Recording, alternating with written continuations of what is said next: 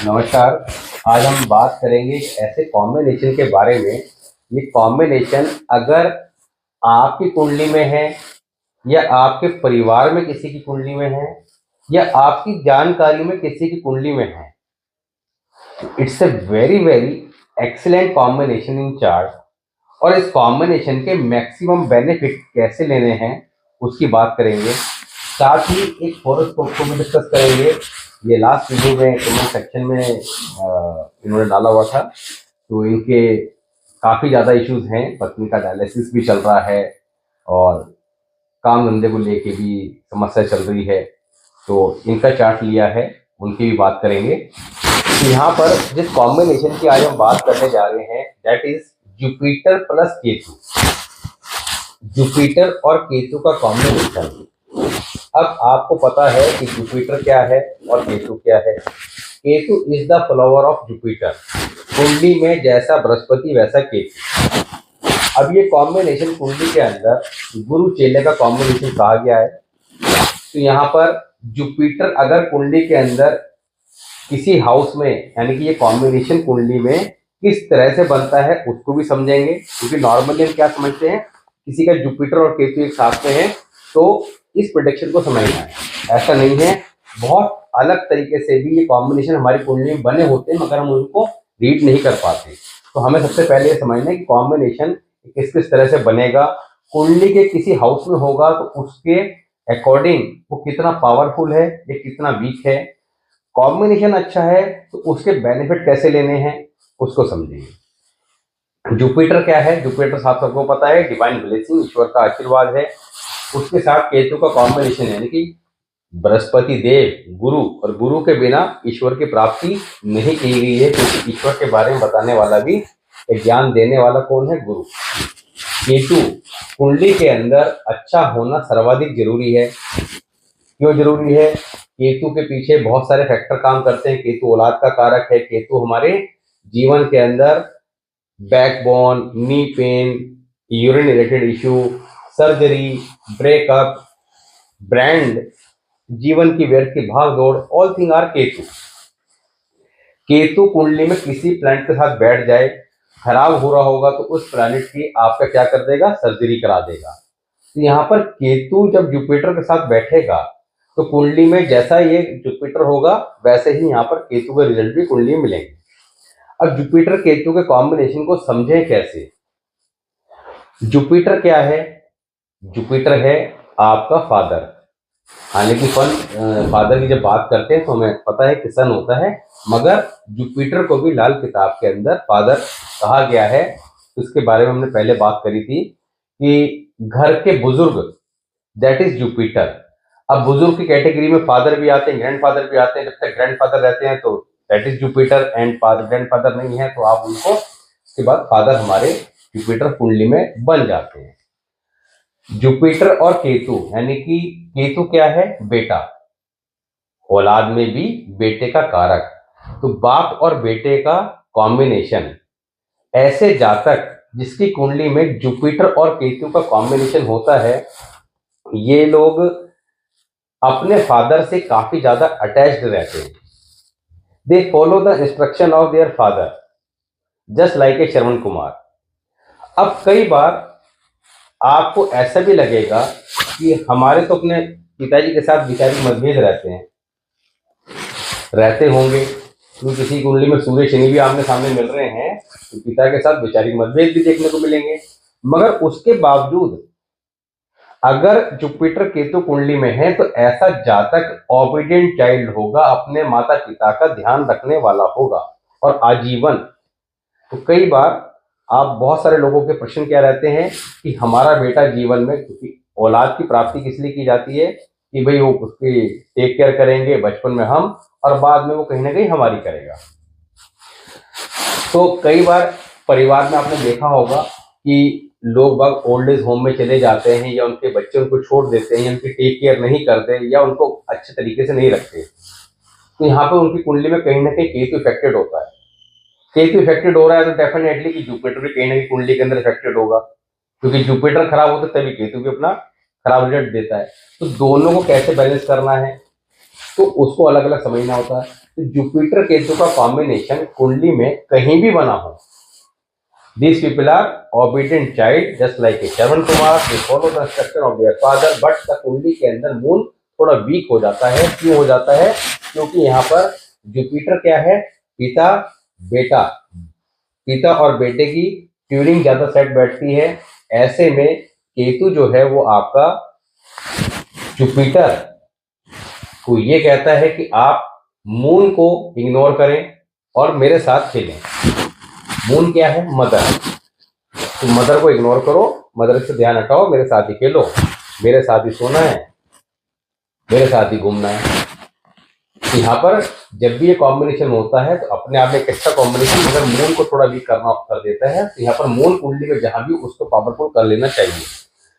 अब ये कॉम्बिनेशन किसी की कुंडली के अंदर, आप किसी व्यक्ति की कुंडली में देखते हैं 5th हाउस में है, 9th हाउस में है, या कहीं भी हो, मगर स्पेशली 5th हाउस या 9th हाउस में हो, उस कंडीशन में ऐसे जातक का आशीर्वाद जरूर लेना चाहिए, क्योंकि इनके द्वारा दिया गया आशीर्वाद कभी खाली नहीं जाता। अगर ये दिल से किसी को आशीर्वाद दे दे किसी प्रकार का तो निश्चित तौर पर वो पूरा होगा।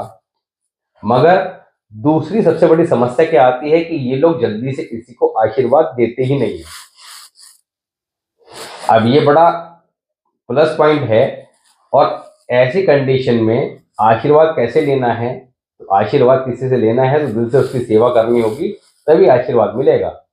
आपने कॉम्बिनेशन देख लिया और भाग के पहुंच गए आशीर्वाद लेने के लिए, पर मन में भाव नहीं है, क्योंकि सारा खेल किसका होता है? भाव का होता है।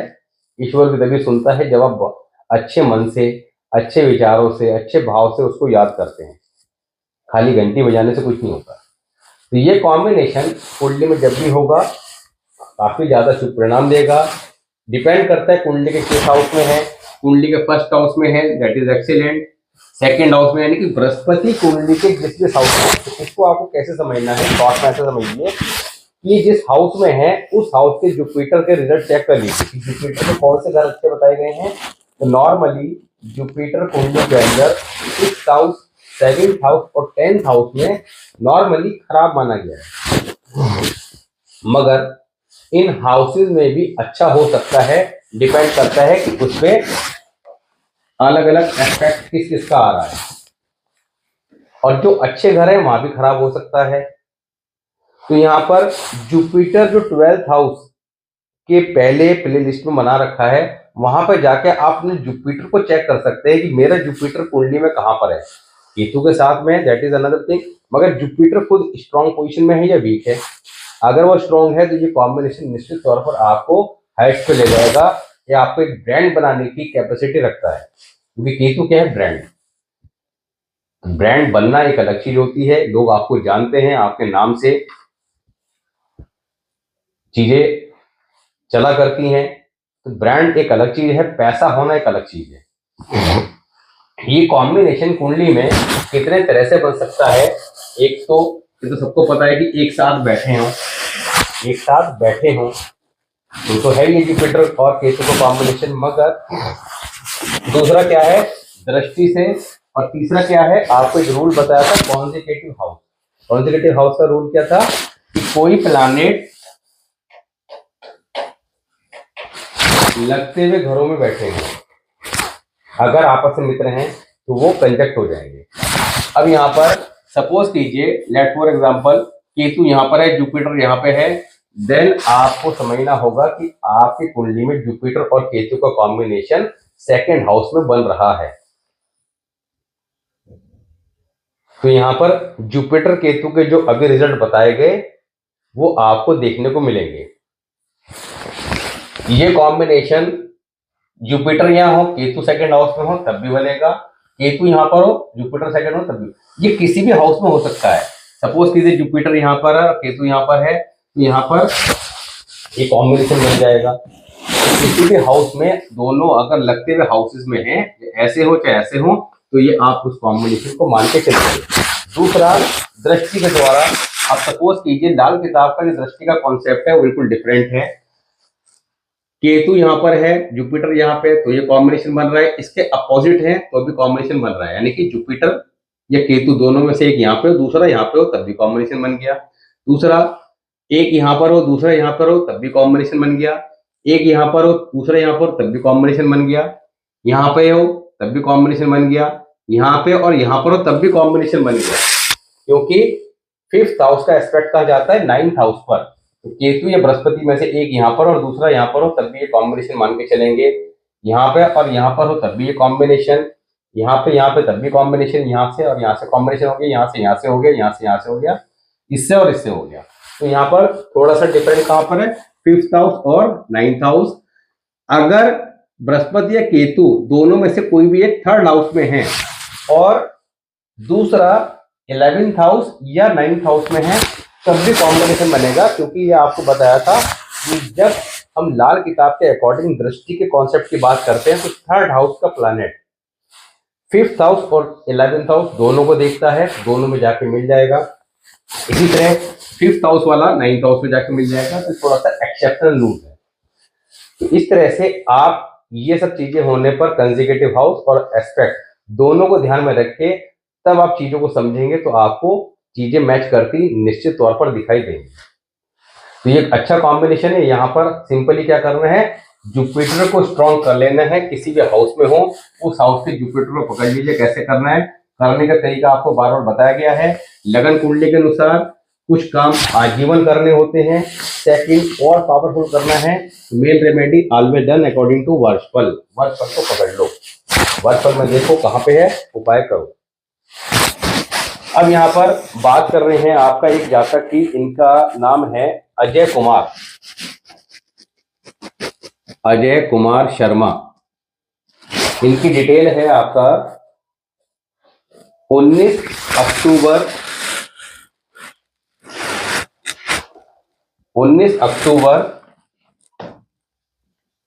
76। इनकी पत्नी के डायलिसिस की समस्या चल रही है, फाइनेंशियल इशू बहुत ज्यादा चल रहे हैं। किरियाने की शॉप है वो भी इन्होंने लिखा है कि बंद हो गई है। बेटा जीवन में क्या करेगा, बेटे को लेकर भी इनको चिंता बनी हुई है। होशियारपुर पंजाब। ये इनकी लगन कुंडली है, ये वर्षफल है। वर्षफल आपका अक्टूबर 24 से अक्टूबर 25 का हो गया। ये आपका लगन कुंडली होगी। लगन कुंडली के अनुसार अगर देखा जाए तो लगन कुंडली इनकी ज्यादा खराब नहीं है, लगन कुंडली ज्यादा खराब नहीं है। केवल अगर ऐसे व्यक्ति को ये पता लग जाए कि how to get the benefit, तो यहाँ पर सारी की सारी समस्या ठीक हो जाती है। अब कुंडली में समस्या क्या है और समस्याओं को बड़े ध्यान से समझिएगा, क्योंकि जब तक आप जितने भी रूल पढ़ रहे हैं उनको प्रैक्टिकली अप्लाई नहीं करते तो यहाँ पर आपको बात समझ में नहीं आएगी। अब समस्या का कारण क्या है, सबसे पहला क्या था, पत्नी का डायलिसिस चल रहा है। दूसरा, काम धंधा सेट नहीं हो पा रहा है। तीसरा, बेटे को लेकर चिंता है। अब बड़े ध्यान से आप देखेंगे तो आपको इजीली आंसर मिल जाएगा लगन कुंडली से। यहाँ पर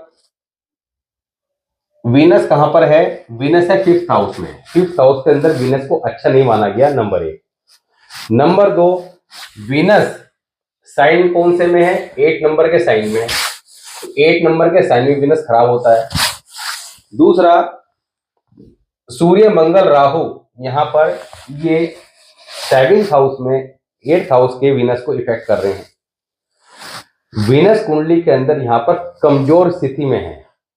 अब दूसरी बात ये समझिएगा कि इनकी पत्नी को अगर किसी प्रकार की परेशानी है, बेटे को है, ये घर में और किसी मेंबर को है, तो आपकी कुंडली से इंडिकेशन तो मिलेगा।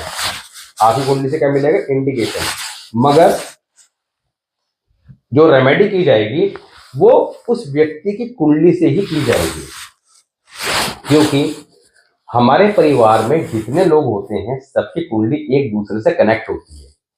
हमें ये समझना होता है कि किसकी कुंडली का किस पे क्या इफेक्ट जा रहा है। आप किसी की व्यक्ति की कुंडली उठा के देख लेंगे परिवार में, अगर कोई मेजर इशू किसी के चार्ट में है तो बाकी अदर चार्ट पे भी वो इशू दिखाई देगा।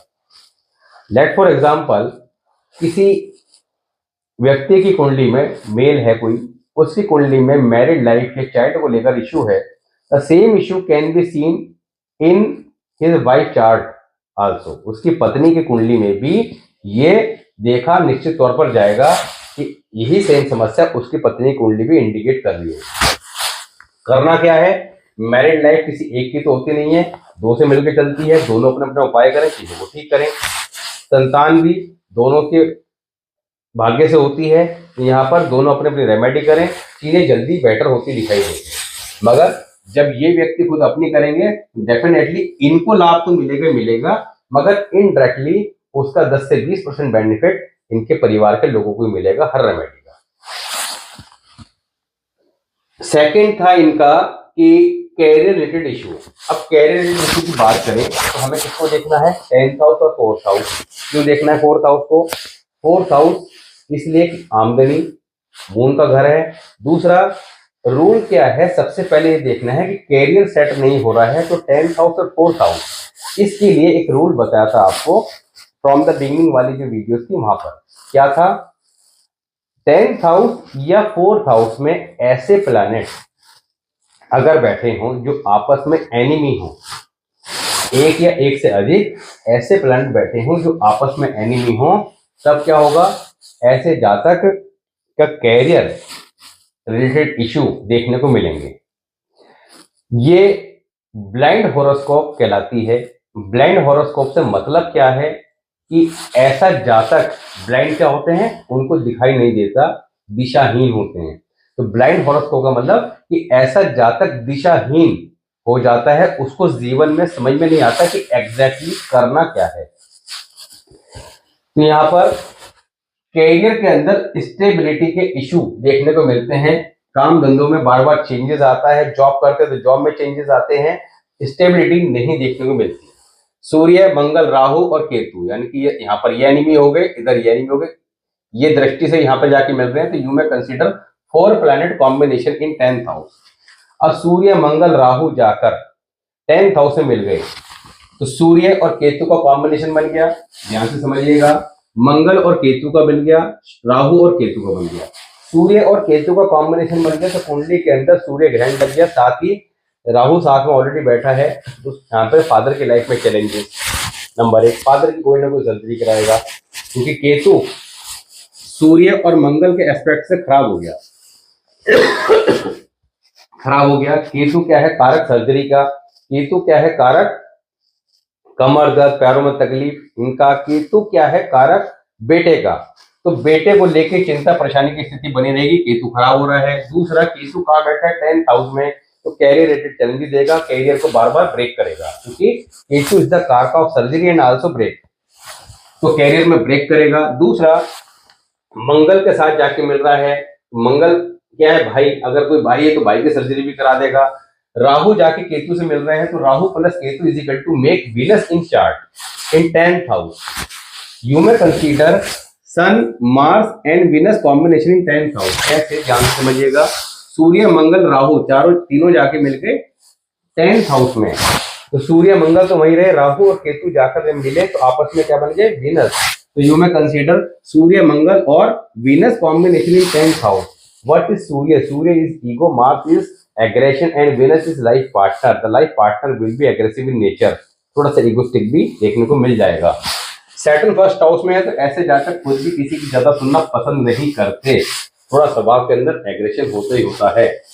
दूसरा, ऐसे जातक की बहन, बेटी, बुआ, मासी, साली, ये भी जीवन में किसी न किसी कारण दुखी, मैरिड लाइफ में challenges, because the mercury placed in 3rd number house. आप देखेंगे मरकरी कुंडली के अंदर उच्च का होके बैठा है, मरकरी 3rd हाउस में बैठा है, 6 नंबर के साइन में है। आप कहेंगे वाओ एक्सीलेंट, उच्च का मरकरी कहाँ 3rd हाउस में। यहाँ पर अजय जी, आप कमेंट सेक्शन में इसको देखने के बाद बताइएगा कि चीजें मैच कर रही हैं नहीं कर रही हैं, ताकि और लोग भी उसको समझ सकें। तो उच्च का मरकरी जो दिखाई दे रहा था वो उल्टा आपको नेगेटिव रिजल्ट दे रहा है, उससे बचना कैसे है? ऐसे जातक को व्यापार में नुकसान होता है, क्योंकि मरकरी इज द कारका ऑफ बिजनेस। ऐसे जातक को इंटेंस टाइम आंतों से रिलेटेड, स्टमक रिलेटेड कोई ना कोई परेशानी भी परेशान करती है। ऐसे जातक का दिमाग कई बार ऐसा होता है कि कई बार कुछ अजीब सा हो जाता है, काम नहीं करता प्रॉपर तरीके से।